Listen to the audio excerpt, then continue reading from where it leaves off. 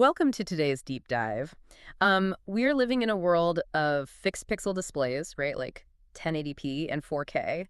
But a huge chunk of our media history is locked inside these 1-volt peak-to-peak analog signals. Yeah, the old yellow, red, and white RCA cables. Exactly. And the problem isn't just, getting the connector to fit. It's that composite video usually looks like absolute garbage when you stretch it onto a digital canvas. Right. It is the classic garbage in, garbage out scenario. You Yeah. take a noisy, low-resolution analog source and blow it up to 50 inches, and suddenly you see every single artifact. Which brings us to our mission today. We are looking at the Kramer VP-410. It's marketed as a composite video and stereo audio to HDMI Scaler. Right, and looking at the specs, it really acts as a bridge between two completely incompatible eras. We aren't just talking about a passive adapter here. No, far from it. It's an active signal processor. Yeah, it takes that composite video input, the standard 75-ohm RCA, along with the unbalanced stereo audio, and it digitizes both.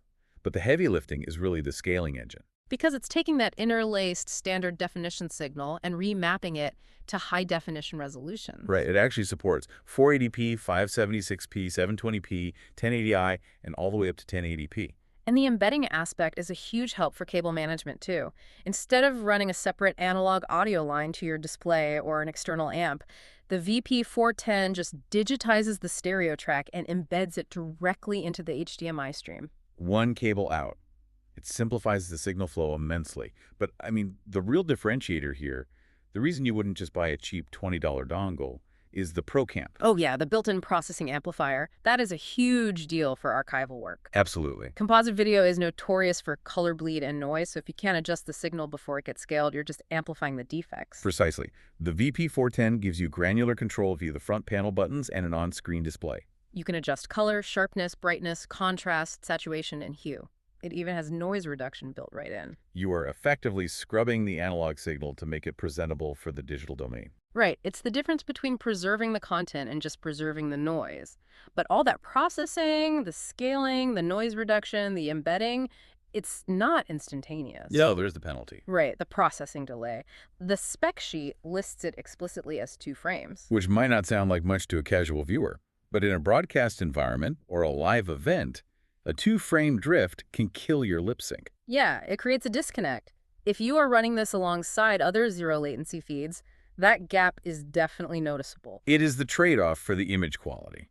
You get a cleaner picture, but it arrives slightly late. And that pro environment is clearly where Kramer is aiming this. The form factor gives it away. Oh, definitely. It is part of the Kramer Tools line. So it's compact, roughly 12 by 7 centimeters, but you can actually rack mount 3 of them side by side in a single one-use space with their optional RK3T adapter. Right. This isn't really for the living room floor. It is for the server room. And the pricing reflects that target audience as well. You can find these through vendors like HDTV Supply. Yeah, they offer that Wolfpack line of products, but this is a dedicated Kramer unit. The list price, the MSRP, is around $485, though today's price is often listed closer to $388. So roughly a 20% savings. But nearly $400 is still a steep jump from consumer gear. True, but you are paying for the ProCamp controls, the Kramer factory warranty, and the reliability of the scaler. Right. If you are a facility manager trying to integrate legacy VCRs into a modern HDMI matrix, you need that predictability. It is an insurance policy for your signal chain. You know it will handshake correctly with the display, which is often where cheap converters fail. It really highlights the archivist's dilemma. We have these tools to keep legacy media alive and make it compatible with modern tech. Yeah, they are translators of history, basically. Exactly. But it makes you wonder, between the noise reduction, the sharpness tweaking, and that 2-frame delay, at what point does the restoration stop being authentic? As we push into 4K and 8K, are we watching the original history or a digital interpretation of it? That is a great question. Something to chew on while you calibrate your saturation levels? That is it for this deep dive. Catch you on the next one.